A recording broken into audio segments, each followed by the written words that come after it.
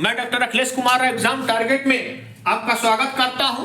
मैं पिछले एपिसोड में मैं अशोक के स्तंभों के बारे में चर्चा किया था, लेखों के बारे में। उसमें आज मैं आगे बढ़ा रहा हूं। उसी के अगले कड़ी में मैं जो प्रश्न लेकर आया हूं अति महत्वपूर्ण प्रश्न है, जिसमें पहला प्रश्न पूछता है कि अशोक के लघु शिलालेख कितने हैं? तो 18 हैं।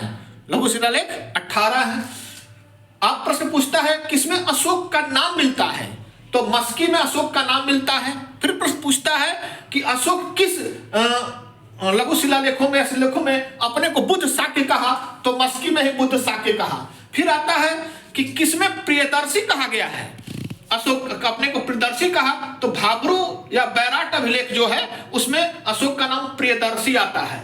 यही फिर पूछता है त्रिरत्न कहां दिखाई देता है, किसमें त्रिरत्न की चर्चा करता है? तो भाब्रू बैराट वाले में त्रिरत्न की चर्चा करता है। त्रिरत्न क्या है? बुद्ध, धम्म और संघ की बात करता है। किसमें? बैराट या भाब्रू शिलालेख में। अब आता है किसमें अशोक का नाम? तो मास्की और फिर नेत्तूर बैराट में भी अशोक का नाम मिलता है और गुर्जरा में भी अशोक का नाम मिलता है। अशोक, ठीक है। अधिकांश का प्रियदर्शी मिलता है। तो भाब्रू में प्रियदर्शी मिलता है, मस्की में अशोक मिलता है, नेत्तूर में बैराट में अशोक मिलता है, गुर्जरा में भी अशोक मिलता है। फिर आता है एरगुड्डी अभिलेख की शैली क्या थी? तो इसकी शैली सबसे विपरीत थी। उसे ब्रूस ट्रोफेडन कहा जाता है, जिसमें पहले बाएं से दाएं लिखा जाता है, फिर दाएं से बाएं लिखा जाता है। इस शैली को क्या कहा जाता है? तो ब्रूस ट्रोफेडन विधि कहा जाता है। अब आता है कितने स्तंभ हैं अशोक के? तो 7 हैं। कितने स्थानों पर प्राप्त हुए? तो 7 स्थानों पर, 6 स्थानों पर प्राप्त हुए हैं, जिसमें दिल्ली, मेरठ। पहले क्या होता है, मेरठ में अभिलेख था, फिरोज तुगलक इसे दिल्ली लाया। पूछा जाता है कि मेरठ के अभिलेख को दिल्ली कौन लाया? स्तंभ लेख को तो फिरोज तुगलक ने लाया था, इसलिए दिल्ली मेरठ कहा जाता है। दूसरा है दिल्ली टोपरा। टोपरा से इसको उठाकर दिल्ली फिरोज तुगलक ने लाया था। और यह 7 यहां पर ही मात्र उसके 7 स्तंभ मिलता है, बाकी जगह पर 7 नहीं मिलता है। यहीं पर 7 स्तंभ लेख प्राप्त होता है और यही दिल्ली टोपरा वाला ही अशोक का अंतिम स्तंभ लेख है। फिर आता है लौरिया अर्राज और लौरिया नंदगंज के कहां प्राप्त होते हैं? तो बिहार के चंपारण जिले में, रामपुरवा बिहार के चंपारण जिले में प्राप्त होता है। प्रयाग का ये पहले कौशाम्बी में था। प्रयाग स्तंभ लेख कहां था? कौशाम्बी में था, जिसे जहांगीर अकबर के शासनकाल में इलाहाबाद में लाया। इसमें प्रश्न लोग गलत कर जाते हैं। होता क्या है, पूछता है कि प्रयाग कौशाम्बी से प्रयाग किसने लाया? लोग किसके काल में लाया? जहांगीर मार देते हैं। जहांगीर उस समय शासक नहीं था, शासक उस समय अकबर था। इसलिए प्रश्न बार बार पूछा जाता है, अकबर के शासन काल में जहांगीर उसको लाया था। नेक्स्ट है प्रथम स्तंभ लेख जो है उसका कब किया था?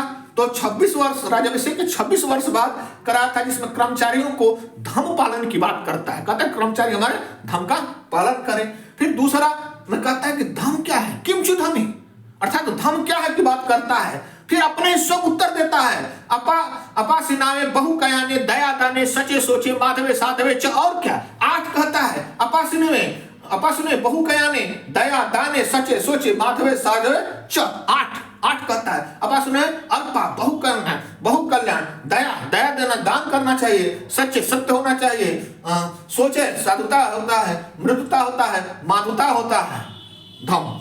अब आता है चतुर्थ में, कहता है मेरे रज्जुक लाखों व्यक्तियों पर नियुक्त किया गया है। लाखों व्यक्तियों पर नियुक्त किया गया है जिन्हें न्याय और दंड का संपूर्ण अधिकार दिया गया है।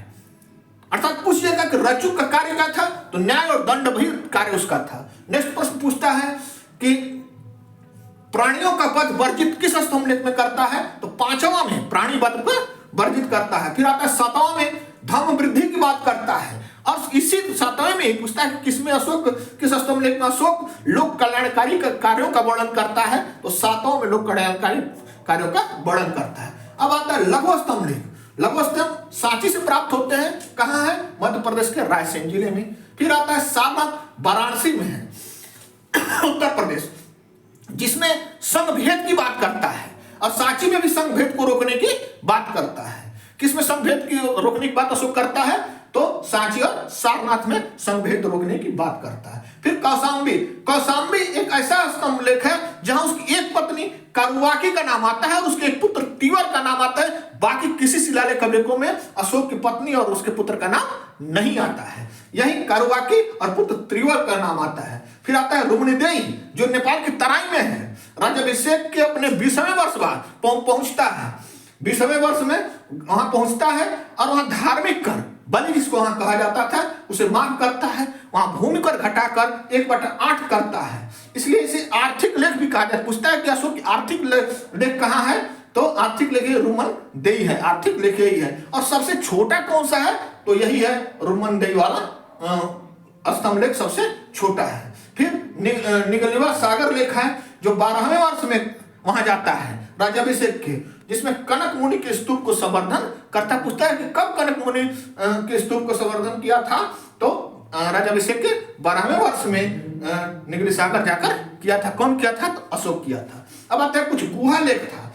अशोक अपने शासनकाल में बिहार की बराबर पहाड़ी पर कुछ गुहा लेख बनवाया, जिसमें 12वें वर्ष में सुदामा गुफा बनवाया और आजीविकों को दान दे दिया, आजीविकों को दान दे दिया। फिर 19वां वर्ष में कर्ण चौपर गुफा को भी उसने दान कर दिया।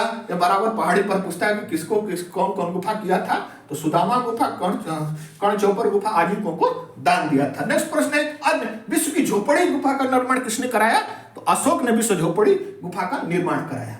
फिर आता है उसका पौत्र दशरथ कितने गुफाएं आजीविकों को दान दिया था, तो 3 दिया था। गोपी, लोमहर्ष, बटथिका करवाया था, आजीविकों को दान दिया था। या नागार्जुन पहाड़ी बनाया था अशोक बराबर पहाड़ी पर, और पौत्र दशरथ नागार्जुन पहाड़ी पर। गुहा लेखों की भाषा क्या थी, तो प्राकृत भाषा थी। और लिपि क्या थी, तो याद रखिएगा ब्राह्मी लिपि थी। और इसके अलावा अन्न भंडारण का साक्ष्य कहां से प्राप्त होता है, तो सोहगौरा, उत्तर प्रदेश के गोरखपुर से सोहगौरा, और बंगाल के महास्थान से अन्न भंडार का साक्ष्य मिलता है, जिससे पता चलता है कि अशोक अकाल के समय अन्न भंडार करके लोगों की सहायता करता था।